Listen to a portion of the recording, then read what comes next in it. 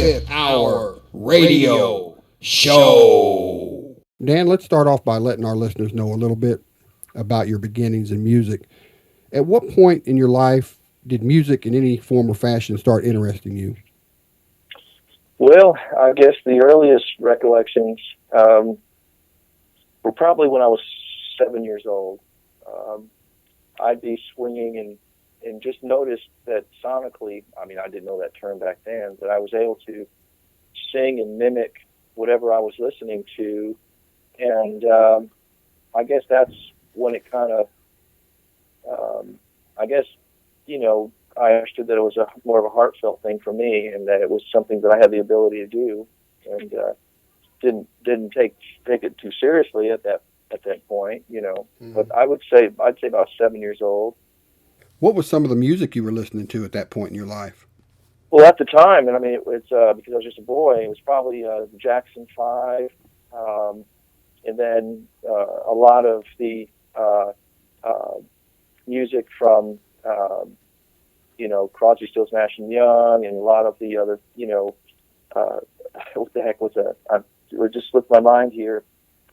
Three Dog Night was huge for me, Grand Funk Railroad. But I also listened to a lot of the Cowsills and when I was a younger boy, like 7, 8, 9, 10, that was really stuff that I was listening to at the time. A lot of song-driven stuff, and I really enjoyed it very much. And even folks like Tony Bennett, and country music with Tammy Wynette, and because my folks were listening to a variety of all that music really at that time. And at that time, you were listening to the radio, and it really wasn't like, this is rock and this is pop or this or that.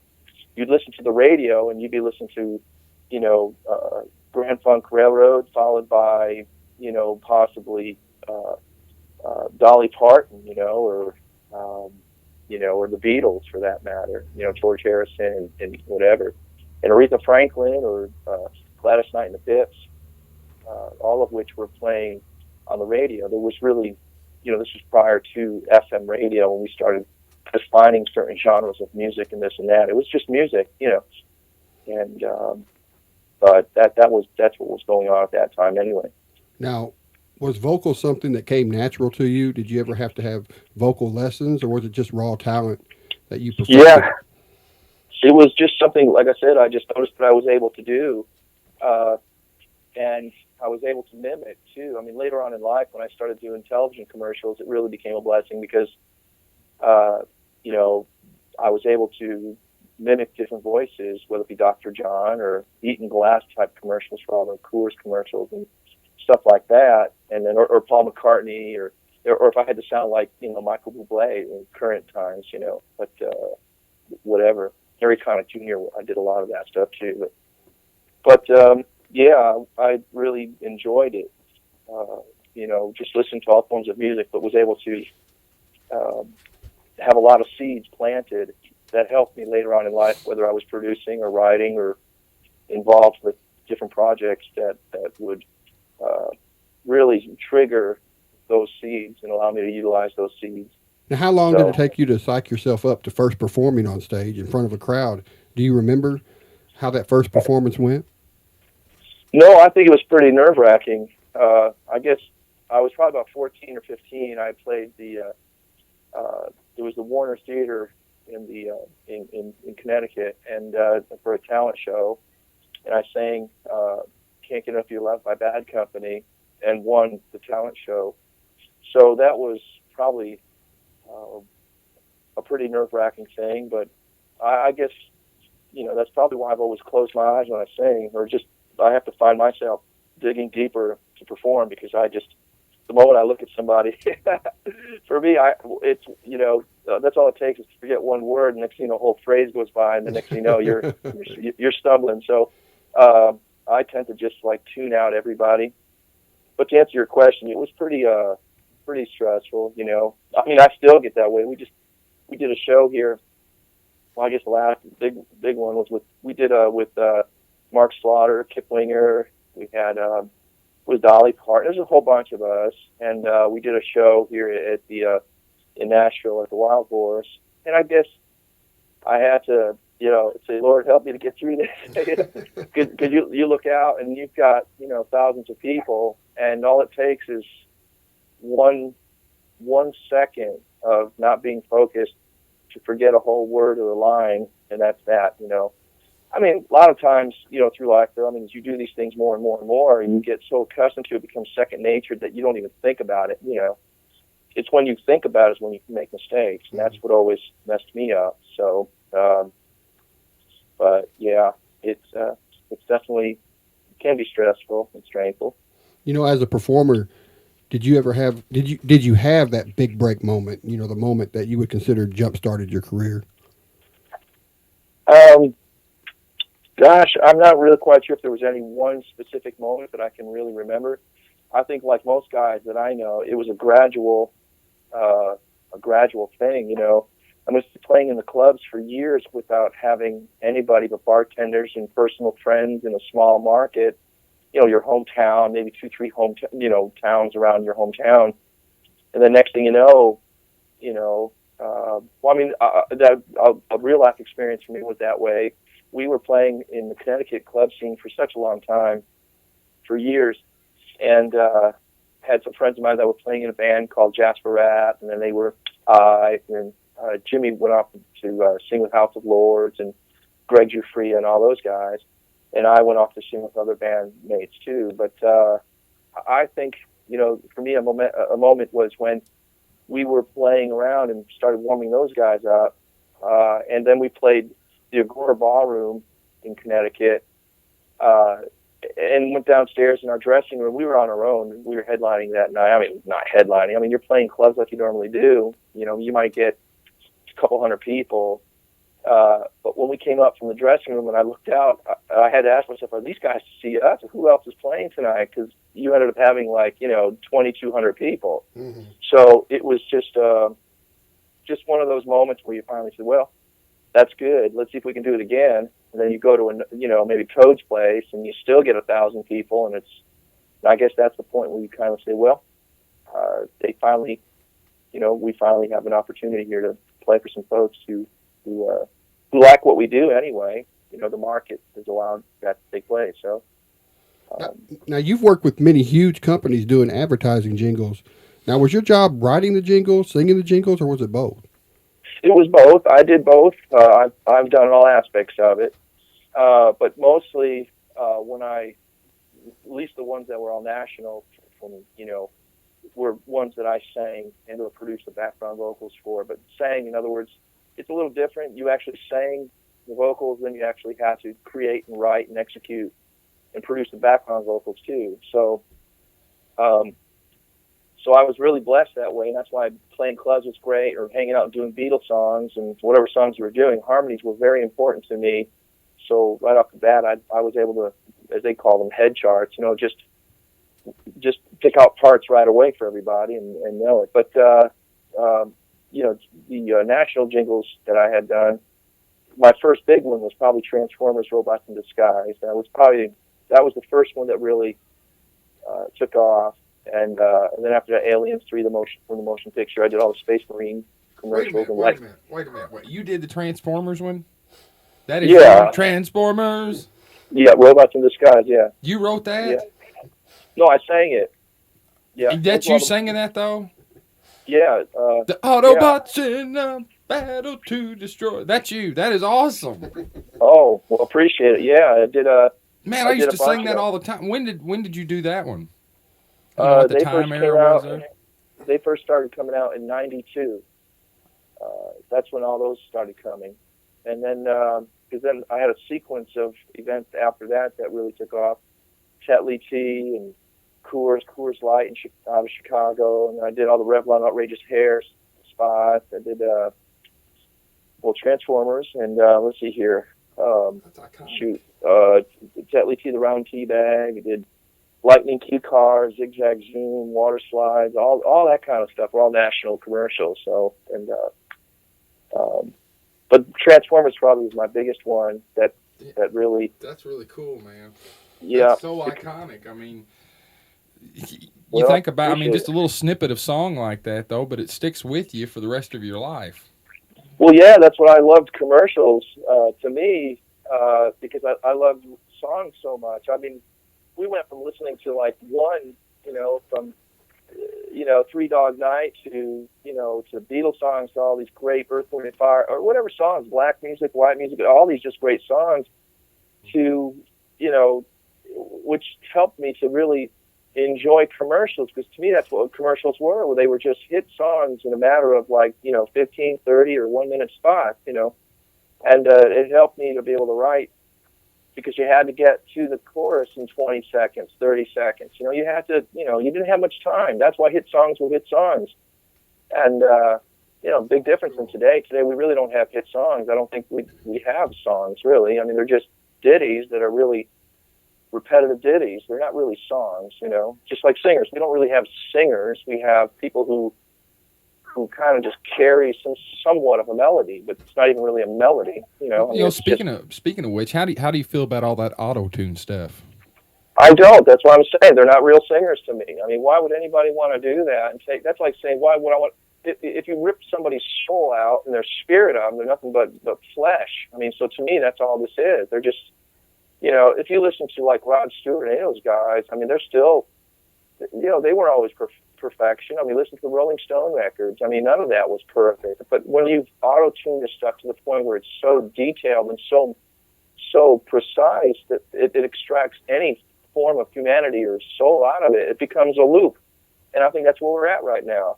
I mean, that's why pop music is what it is. I mean, there's no R&B, there's no rock and roll, there's none of that right now. There's not even any country. Mm-hmm. So that's just my own opinion, and I don't care what anybody thinks about my opinion, but because it's my opinion. But I can tell you that I don't believe any of it's anything. I mean, we're here in the middle of Nashville, and people tell me this is country.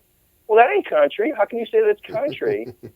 Or this is rock and roll. How can you sit there and listen to that and say it's rock and roll? I mean, as compared to what? Why are people still digging Led Zeppelin or AC/DC or Bad Company? I mean, it's not because it's like, hey, it's just, I mean, there's a reason for all that. I mean, it's one of the reasons why we started the Rock and Load show and Rock and Load, University and all of that. I mean, it's just because I wanted to make a statement and also pass that baton forward. It's, I mean, I have a passion for that because I really love music, and I just don't, I hate to see it just be thrown away like that and the way it is.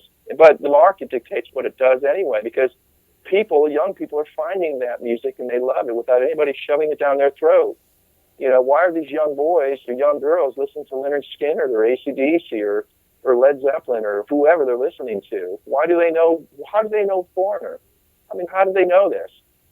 Is it because mom and dad are shoving it down their throat and they're playing their records? That's not the case at all. Why do people love Dio so much? I mean, young people. Why do they, why? Because it's great music that's withstood the test of time. That's exactly right. And I think the market will always dictate that. And but anyway, that's a far cry from the question about auto-tuning. But I guess it's tied into that. It is. I mean, you made a valid point. I mean, it's just logical.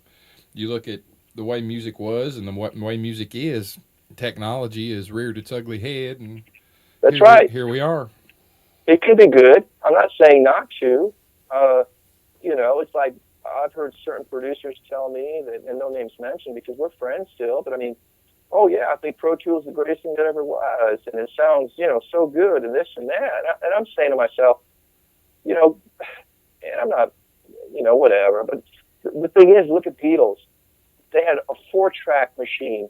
Okay, they would sit there, the three of them, sing their harmonies to the point where it was so tight that they had to cut the track and then bounce that track later on. So it had to be right the first time, or at least within the ballpark.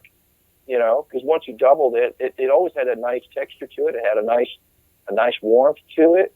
It's it fattened it up. And whereas today you've got these multi-tracks and they're tuning these tracks, and you're not even they're tuning drums for Pete's sake. I mean, I guess I just don't I don't care for it. I was just watching this morning on Sunday morning how this one fella spent over $100,000 on a stereo system in his house. I mean, I wish I could do that, but all he does is play vinyl, and they're old records. And I'm just telling you, once someone does that, I mean, we did, before we did the Rock and Load University, I went to a variety of colleges throughout the country. And, I mean, to find out all these young folks were now starting to have listening parties with their record albums, you know. Mm-hmm. Well, that's what we did. I mean, you'd get out the Pink Floyd record or get out, you know, whatever, the James Gang records, and you'd have yourself a little, well, I hate to say it, but I don't know if I can, but a little keg party. Mm-hmm. And everybody would sit there and listen to that record and enjoy it. And you had yourself, you know, but that's how you enjoyed yourself, you know, and you listened to those records. And I was really surprised to find that a lot of the colleges that we went to, they were doing the same thing. And henceforth, you know, we did find out in my findings that the average 19 to 25-year-old white male was, in fact, listening to Led Zeppelin, AC/DC. You know, on the female side, it was Eric Clapton, it was John Mayer, more of a singer-songwriter thing, Norah Jones. Great, believe it or not, a lot of young ladies were asking about the Grateful Dead. They were asking about Eric Clapton. It was either that sort of thing, or they were totally into goth music, which was heavy metal, you know, Doc and Dio, what have you. And but that came from a classic German classical music to begin with, you know. Mm-hmm. And anyway, I'm all over the place here, but far cry. We're a far cry from where we were, but I think music is there, and it's you know, it's coming around. It's just that it's more of an underground thing, and I think there's a lot of great young bands that are out there that are just surfacing, but they're not going to radio. They're just playing out in their markets. And I mean, look at the Black Keys and bands like that. I mean, I had a good friend of mine ask me, how could a band like that sell out, you know, Madison Square Garden 3 nights in a row? And I said, well, that's because, you know, well, he was asking if they don't have any radio play or this or that. And I'm saying it's just today's market's a lot different. People are playing local, regional, just like we did when we were younger. We didn't have radio. I mean, but yet you'd fill, you know, venues. And it's just, you just got to go back there. You can't depend on radio. You can't depend on television. To me, those are mediums that are, you know, that are just dying anyway. So I wouldn't count on those things myself personally. And as the music industry, you know, basically has died, you just have to go back to basics, which means start in your local market, go from one club to another club, be the best you can be. If you're going to sit there and say you're doing a Bad Company song, you better sound as good, if not better than Bad Company. Mm. You better, instead of sounding like some garage band that's trying to play. I mean, most of the bands that we hear now are a lot of garage bands. And I'm saying myself, when we were younger, we tried to avoid sounding like that. I mean, it was just, but there again, everybody's viewpoint's different. Everybody has a different goal and desire. But if your goal is to become, you know, national orientated, well, then you better start thinking as such and be ready for the hard work that it's going to take to get there. Forget about radio, forget about a record deal, forget about any of that stuff, because it's irrelevant. You know, I think anyway. So you mentioned the Rock and Load show. For our listeners, right. What is the Rock and Load show? You know, how did that idea come about? Well, there's two things. There's the Rock and Load University, which we started because of the Rock and Load show, but I have a lot of classic rock friends between Carmine Appice or Vinny Appice or, you know, just a variety of friends. And so to make a point, a long story short, we actually put the Rock and Load University together where people flew in from all over the country, and we would have a 3-day event, and we would have workshops with guitar players and drummers and bass players. But also we had Jay Frank, who was the vice president of marketing for CMT. We had, you know, just a variety of people from attorneys and music industry, songwriters like Chad Sanford, who wrote Missing You for John Wade, and You Can Talk to Me for Fleetwood Mac. And so we had all that on one day, and then that evening, everybody that was a instructor, so to speak, actually came to the stage and showed that not only can they talk about it, they can still do it. And we played Bad Company stuff. We played all the, you know, we had a concert that was open to the public that evening with everybody that was there. So that became the Rock and Load University. And because I think there's a lot of fellas out there that have much to offer, and society says, well, this guy's either too old, or they say this or that. Well, that's not the case at all. These guys can still play. They can still have something to offer. And in fact, most people want what they want, or they have rather than anything to the contrary.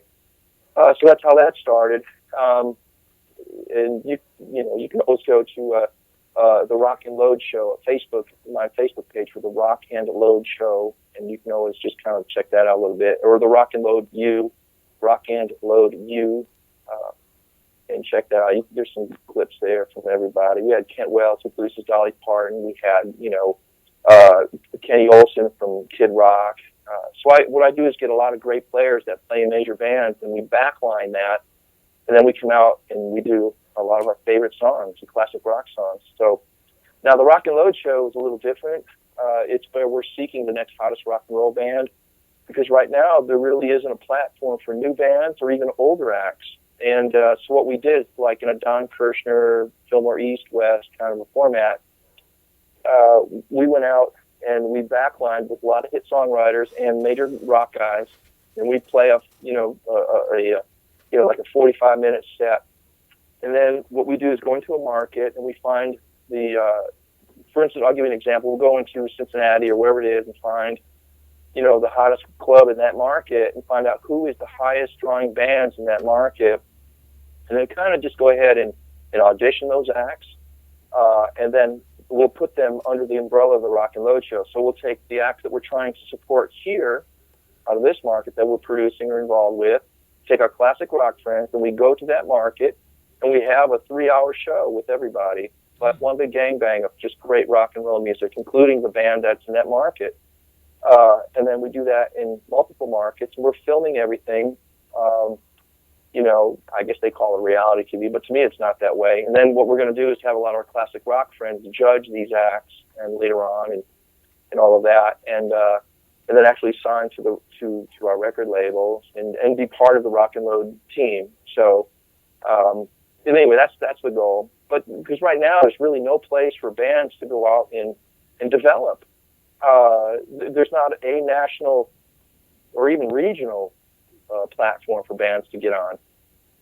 Or they think they're good, but you can't really tell they're not good. You have to show them they're not good. And you know what I mean? And if they're not good enough, those who really want to be good enough will rise to the top, and you'll start seeing those bands develop.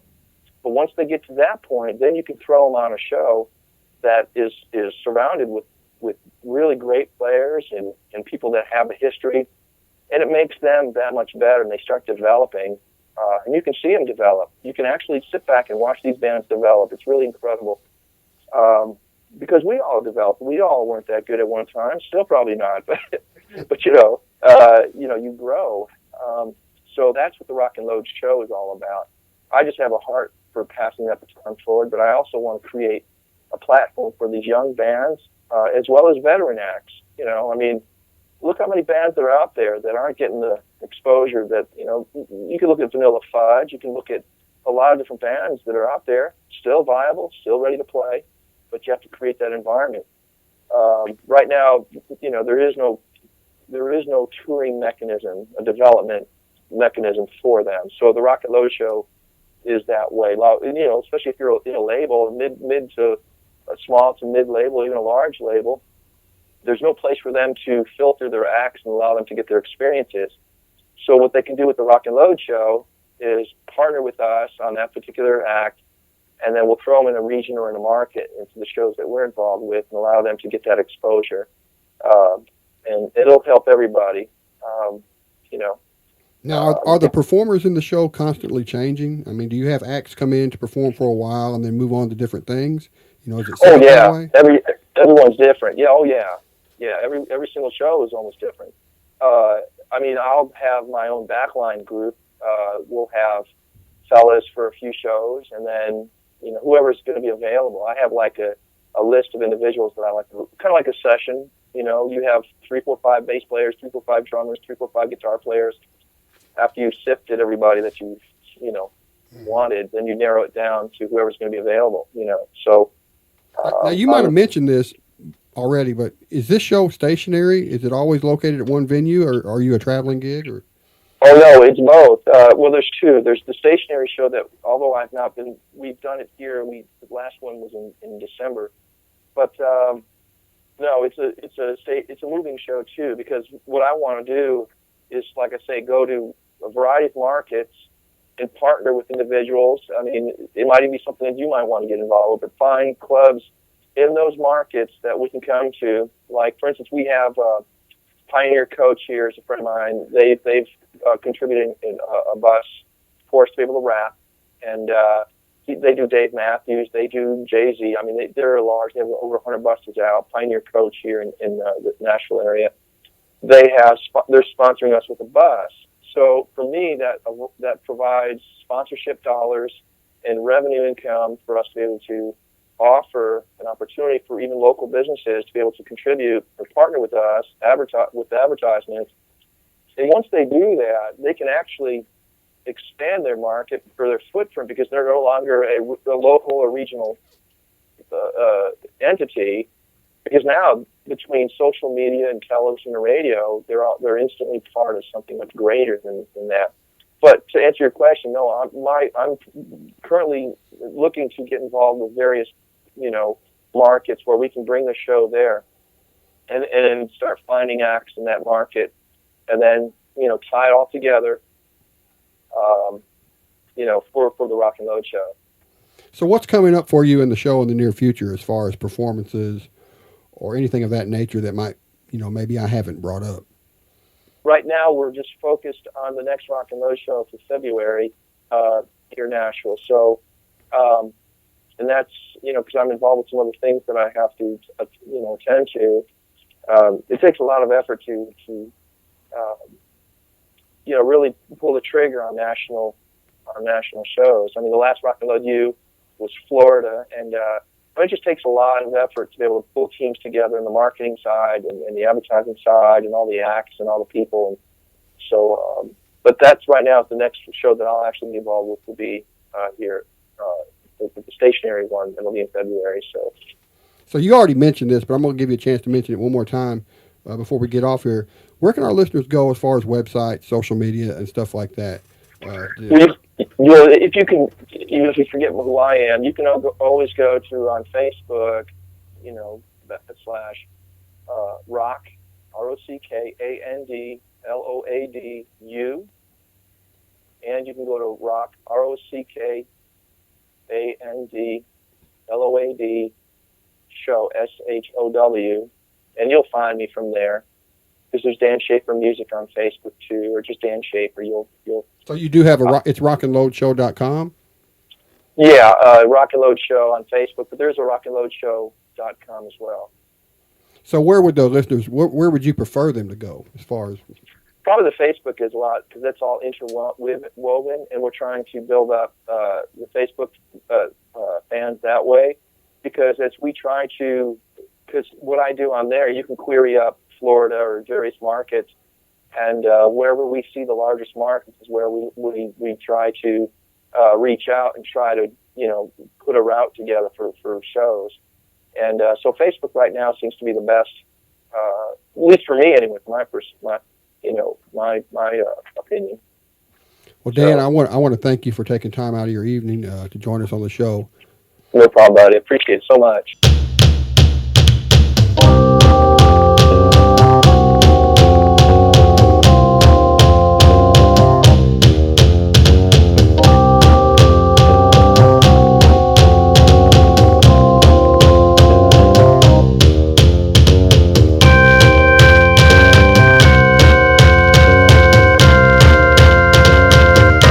The 25th Hour Radio Show.